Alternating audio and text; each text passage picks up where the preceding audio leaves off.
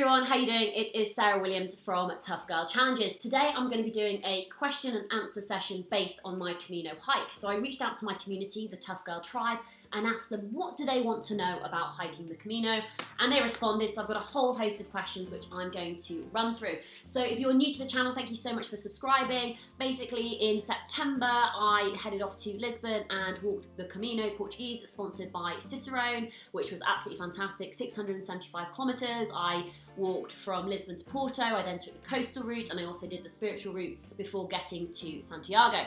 So let me just go through some of the questions. And yeah, let's see what comes up. So first question from Catherine. How important is it to book ahead for accommodation? I booked ahead for Lisbon, so I arrived in Lisbon 2 or 3 days beforehand, so I booked through booking.com just so I knew exactly where I was going to be. In terms of booking accommodation further ahead, I didn't actually do any booking for many of the albergues that you stay at. You're not actually allowed to book. It comes on a first come, first served basis. So you rock up whatever time they open and you just keep your fingers crossed that they will have a bed for you. You will always be able to find somewhere to stay. I'm not gonna lie, sometimes it can be quite stressful, especially when you know that you want to stay in an albergue because they only cost like 6 or 8 euros and you're trying to, really economize and keep your costs down. And then when you get there and it's like, no, sorry, we're full. But many times they can point you in the right direction, so you can either go stay at another albergue or they'll help you out with another type of accommodation, or you can just go and find a hostel, and hostels will be priced maybe around sort of 15 to 20, 22 euros, something like that. Don't let that stop you just because you can't book accommodation all of the way through. How did you feel about your experience doing a more cultural hike versus a trail hike like the AT? So I through hiked the Appalachian Trail in 2017. It was very much a quite extreme journey for me because I was doing the 2,200 miles in 100 days. On the Camino hike, it was a much more relaxed journey. I didn't have any deadlines. I had nothing that I needed to be back in the UK for, so I had so much time to do this hike. Quite a lot of differences. So Appalachian Trail, you're wild camping, you're out in the woods for like 3 or 4 days at a time. Sometimes it's not that easy to get resupply. On the Camino, you've got a bed, a warm shower every night. You're constantly walking past cafes and restaurants. So it's also, both hikes are quite sociable. The Camino was more of a holiday for me. It was much more sociable. It wasn't intense walking. It was relatively flat for the majority of the hike. There was maybe like 3 hills, and even then they weren't, they weren't killer hills. They were just quite gentle. So in comparison to the Appalachian Trail, where the elevation gain can be, the equivalent of walking up and down Mount Everest about 16.5 times, and really quite brutal. You probably need less skills as well to do the Camino hike, because as long as you can walk and you can get from A to B, navigation's very, very easy. They're quite different hikes. So Vicky wants to know, I'd like to hear you talk about scheduling and frequency of days off. Okay, so she's got 2 questions. So scheduling, I didn't schedule sort of any days off. It was very much a case of going with the flow, seeing where I arrived, seeing how I was feeling, and also the places that I got to. Did I want to spend another day there? Was it worth spending another day there? So there were certain places that I reached and I was like, I definitely want to hang out here and see more of the town. For example, Porto is a fabulous fabulous sort of city in Portugal. Really enjoyed having a day off there, so I'd highly recommend that. Otherwise, the mileage wasn't that brutal. So my sweet spot was probably about like 20k, sometimes 25. I occasionally did like 35 and a 40k day, but generally it was around that 22, 25k. So it's not brutal hiking, and you're not really sort of battering your body a huge amount. So the second part of the question was balancing progress with giving your body what it needs for recovery. So I think for me, because I didn't have a schedule, in terms of I didn't have a flight booked back, I didn't really need to push it that hard at all. I could do it quite easily. I met quite a few other hikers. One guy who had, he had like 2 weeks to do it, and so he was absolutely smashing out the miles. I met, another group of walkers who they did have a deadline date, so the middle of October. So, they had to be a little bit more regimented, a little bit more strict with their hiking and where they were going. I totally agree. You use the key word here, balancing progress with giving your body what it needs to recover. I am getting really good at listening to my body when it needs to be listened to, when I need to rest. Because there were certain times where I was just like, you know what? I am actually quite tired. I don't need to push it here. Let's just, I'll have a relaxing start in the morning. I'm going to do my 15, 20k. I'm going to take it easy throughout the day. I've got an easy day coming up, or I've got a couple of difficult days. So it's all about balance. And balance is something that I work on a lot because I'm quite an extreme person, but I feel a lot more balanced now in the things that I do. Abby asked, with it being what I imagine would be a highly popular path, did you ever feel pressure to be social when you really didn't feel like it? Occasionally, I'm not going to lie. Like sometimes I am very chatty. Like I obviously love to talk, but sometimes you can just be not in the mood, and you're tired, or you've been having the same conversations over and over again, or you're processing stuff, and sometimes I just didn't want to be sociable.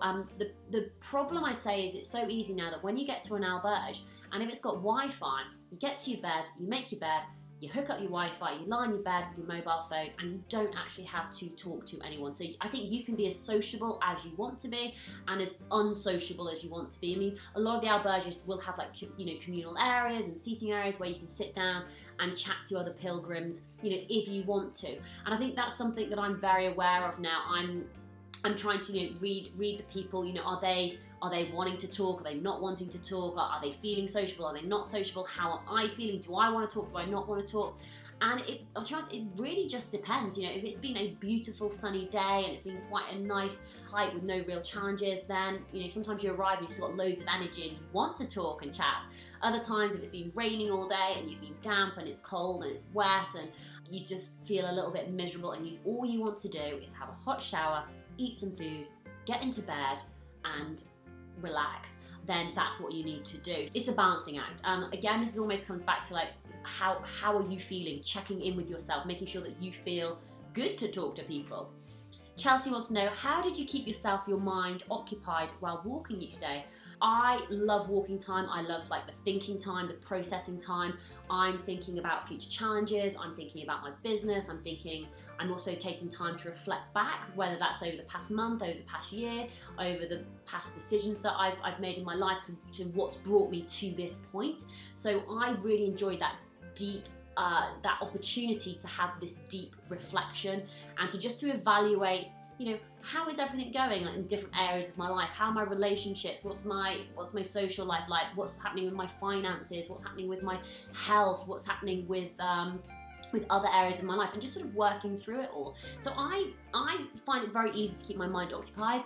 Other times I'm in this sort of like educational phase where it's like, I just want to fill my mind with knowledge, and so I will listen to a whole variety of different podcasts. I'll try and listen to podcasts more in the afternoon. So the morning is for walking and thinking and evaluating. And then the afternoon is for podcast listening. I also subscribe to an app called Blinkist, where it's like a book review app, basically like 15-20 minutes, and they talk through different books. Listen to that. So I actually don't really have a problem keeping my mind occupied.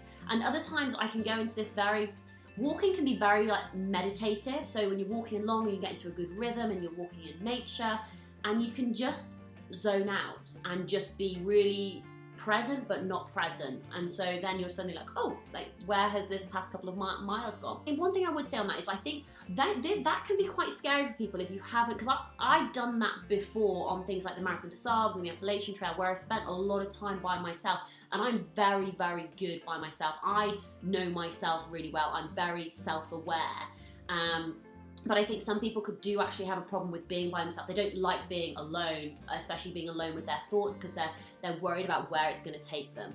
And so I get that can be scary, but I do think it's not only the actual journey that you're on the Camino, it's also the internal journey that you're having to do while you're out there. And that's where that growth happens, from that internal learnings and actually reflecting back on decisions and your life. So I do get that can be quite challenging. Ellery asks, are you planning another Camino? Yes.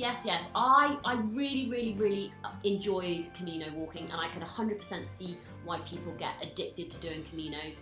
It's sociable, it's pleasant, it's a really nice way of seeing the country, it's a lovely way of exploring, so I'd definitely do another Camino. Sasha wants to know, did you meet anyone on the trail that was really not loving it, and why? Okay, so she's got two questions. Not massively. I met one person who was maybe a little bit negative, but it could also be they walked the Camino St. James previously, And it was basically a lot of comparisons. Oh, the Portuguese hike isn't as beautiful as the St. James hike. Oh, it's not as pretty, and there's lots of road walking, and just very negative about it. I think because they were always comparing it to the other hike. But generally, everybody I met was very, very positive about the experience. So the second part of the question: what sort of person is this not suited to, or are there downsides for some people? I think it's suited to absolutely everybody. I think everybody can walk the Camino, but I think the key thing about doing this is making it your Camino. So you are not to compare yourself with other people. If you need to do 5-10 kilometers a day and that's your maximum, that's what you do. If you need to do 40k a day to make you feel as though you've worked hard on your journey, then that's what you do. If you can't walk all of it and you need to take a taxi, that's okay. If you need to slack pack, that's okay. If you need to be dropped off by buses and collected at buses at the end of like a certain amount of distance, that is okay. This is a very Appalachian trail, but hike your own hike your own Camino. The youngest person I saw was 19, and I think the oldest person was sort of late 70s, early 80s. There were a lot of older people on the trail, Okay, is there a pre-Lisbon versus Porto difference? So what this question is, the full Camino Portugués starts in Lisbon, goes to Porto, and then carries up to Santiago. But what a lot of people can end up doing is they actually start their trip in Porto. So from Porto onwards, it's generally a lot busier, and you can definitely tell when you start walking from Porto. There was a massive difference on the number of pilgrims out on the road, in how busy the albergues were. It was just a lot busier. Would this route be easy to cycle? Yes and no. You'd have to make a few sort of adjustments occasionally. I think you'd have to go on the road instead of sticking easily to the actual Camino route, especially when it's sort of going back out into nature, because some of the paths are very sort of rocky. But you'd be able to manage it. You could get from A to B. It might not be the exact route, but you could definitely cycle it. Best food along the way. Do you know, I do like Portuguese food, but I've also realised I am a big fan of like brunch and like sourdough toast. I was gonna say I'm such a millennial. I'm just about a millennial because I was born in 81. But like I miss good breakfasts and good brunches, you know, like sourdough and smashed avocado and poached eggs. What I found was like it was a lot of like, you know, little coffees and cakes, which I'm like, I love cake, but I can't eat it for breakfast every day, and I don't drink tea or coffee. And I love the egg tarts, the pasta del danelles, I can't remember how you say it. After you've had them sort of every day for about a week, I was pretty much like, I'm done. Given it's a pilgrimage, any spiritual revelations? No, not really. And I think the reason is I've done a lot of processing already, and a lot of, you know, I had some big changes in my life when I was like 32, leaving my work, spending, you know, almost 18 months traveling the world and backpacking in South America and climbing Kilimanjaro and spending time in Europe. So I did like a lot of thinking during that time period. That was quite challenging, trying to decide what do I want to do with my life. And then on the Appalachian Trail, 3 months out in the woods was intense, and a lot of that was obviously, you know, by myself, going a very particular speed to cover the distances that I need to cover in order to complete it in 100 days. And that was where, not like I completed my spiritual journey, but I felt as though I'd put the issues that I'd been having to bed, and I'd dealt with it, and I'd accepted it, and like I've moved on. And so for me, this was very much, the Camino for me was very much about the journey and the experience, and just enjoying being out there every single day, and just being so grateful for my life that I've been building and working towards for the past 4 years, to be able to go off, do these challenges, have podcasts still coming out, be able to vlog it, be able to share it. I very much enjoyed the moments, the day-to-day interactions, just being out there and accepting that this is my life now. This is a life that I have created. Any gear you wished you had? There's so much gear I wish I had, but not on this hike. I don't think you need a lot of gear, to be honest. I don't think I got anything new for this hike. Sorry, do you know what the gear I did wish I had? I wish I bought a towel. So I was trying to basically economise and save money, and so I ended up taking a big sarong with me, which was quite heavy, but it also didn't really dry me very well, and so that was just a bit annoying towards the end. Like, having a shower and not being able to really get dry because the sarong wasn't that absorbent, so that was a bit of a pain. So I wished I'd had a one of these micro towels. That would have been amazing. Any other gear I wished I'd had? a drone would be cool, because I wish I could have got some cool footage on a drone. I mean, I didn't have anything else new. Everything was just sort of old gear that I had, you know, in my wardrobe. Tell us about the pilgrims who impressed you in a positive way. I met like 3 really lovely American ladies who were over doing Camino, and they, you know, very kindly invited me out for dinner, and we shared a hotel room, which was super, super kind of them. And I just love the fact that they're over here doing this, and that these women were sort of in their late 50s, early 60s, and I think when I see women of that age doing that, it gives me hope, because I'm like, oh well, when I'm that age, I can still be, if I'm, you know, hopefully fit and active, that I can still be doing challenges like this. So I think that was really, really impressive. And also at the very end of the hike, I met a member of the Tough Girl tribe, a girl called Trish, who we follow each other on Instagram, and she was actually out there with her dad, who was 81 years young. And you know, that was amazing. So they walked the final 100 kilometers together, which I just thought was a wonderful, wonderful thing to do. And it was amazing, you know, to meet him, and I saw them at Santiago. I just find, like, you know, 90%, 99% of people out there are very similar mindset. Everyone's very friendly, everyone's very positive, everyone's very encouraging. There is a community spirit out there. You know, people are, you know, by saying like Bon Camino as you're walking along, and I just think it's a very nice, sociable thing. But how did you lose the non-Sarah friendly pilgrims who wanted to walk with you? You just, there's a lot of ebb and flow on the Camino, basically. So, you know, depending on, you stop off at different places for breaks and rest at different cafes. You may overtake, you may go off the trail for a little bit, you may, you know, stay at somewhere else, they may go ahead. So you can lose people quite easily, or let them get ahead of you, or you can walk ahead of them. Okay, so how easy was it to find places you could access Wi-Fi in order for you to upload video content? And did you struggle with this, given that most albergues are dorm-based? Yeah, it's a massive, massive challenge. Like, even if you get in somewhere at like 2:30, 3 o'clock, and by the time you sort yourself out, it could be about 4 o'clock. But obviously, you want to be sociable while you're on the trail. And yes, I could just sit down and get my laptop out and work, because editing videos can end up taking like 6 hours. Like, you know, when you get quick at it, you can do maybe like 2 hours, and 2 hours at a push. But it's long and it's intensive, and it takes a lot of time. Also, I've got footage on my GoPro, so I've got to transfer it over to my phone. I'm getting on my phone, and then I've got to upload it to Dropbox.